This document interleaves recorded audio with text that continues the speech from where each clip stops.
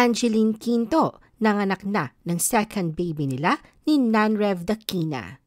Makalipas ang mahigit 2 taon, muling nadagdagan ang munting pamilya ng kapamilya singer na si Angeline Quinto at ng non-showbiz husband na si Nanrev Dakina sa pagdating ng kanilang second baby. Matatandaan na noong April 2022 nang isilang ni Angeline ang panganay nilang si Silvio at kasunod nga nito ay binasbasa ng dalawa ang kanilang pagsasama. Ang pag-iisang dibdib ni Angeline at Nanrev ay naganap noong April 25, 2024 sa Quiapo Church, Manila.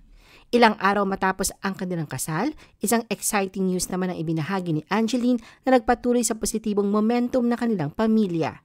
Nangyari ito noong May 6, 2024 sa pamamagitan ng kanyang Asoka Makeup Challenge entry na ginamit ang kanyang kantang Piliin Mo ang Pilipinas.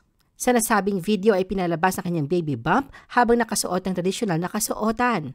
Sa huling bahagi ng video, sumama sa kanya si Nanrev at kanilang panganay na si Silvio. Habang pinapanood nila si Angelina, sinira ang isang palayok na may pink na confetti na nanganguhulugang isang baby girl ang magiging bagong miyembro ng pamilya. Sa YouTube vlog ni Angeline noong July 2024, habang nasa 3rd trimester ng kanyang pregnancy, binahagi niya ang tungkol sa hamon ng kanyang pagbubuntis dahil sa gestational diabetes.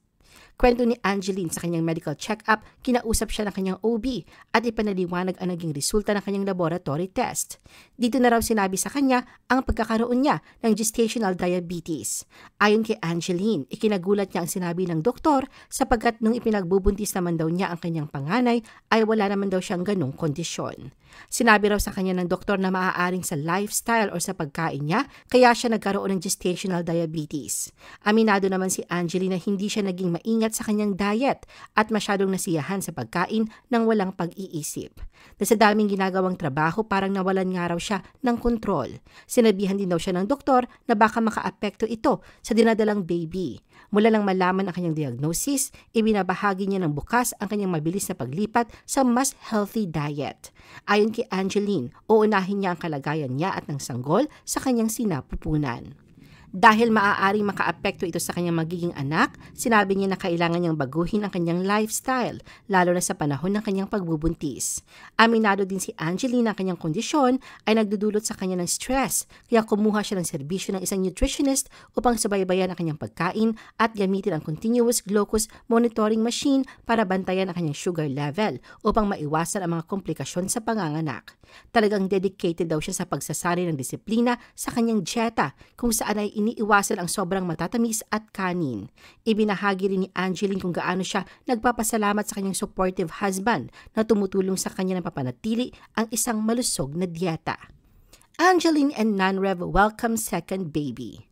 Ganap ng mother of 2 si Angeline matapos na isilang ang healthy baby girl na may bigat na 6.5 pounds noong August 14, 2024 ng 8:10 ng umaga sa St. Luke's Medical Center, Global City.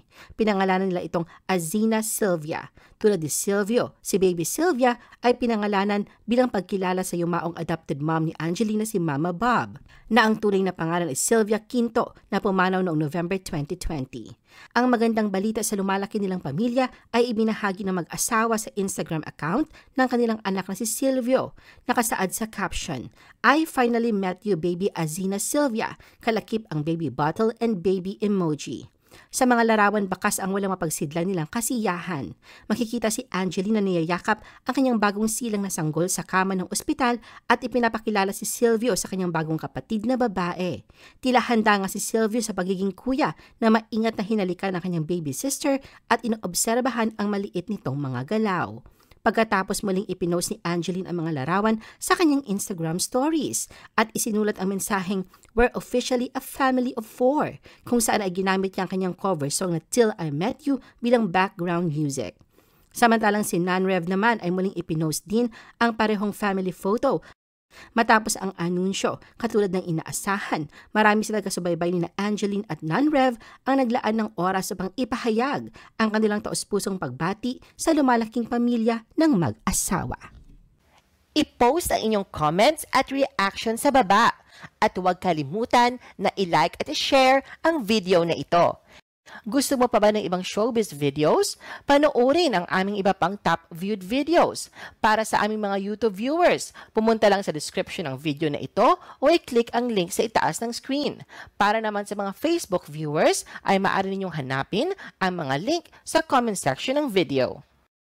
I-follow nyo din kami sa Facebook at mag-subscribe sa aming YouTube channel. Thanks for watching!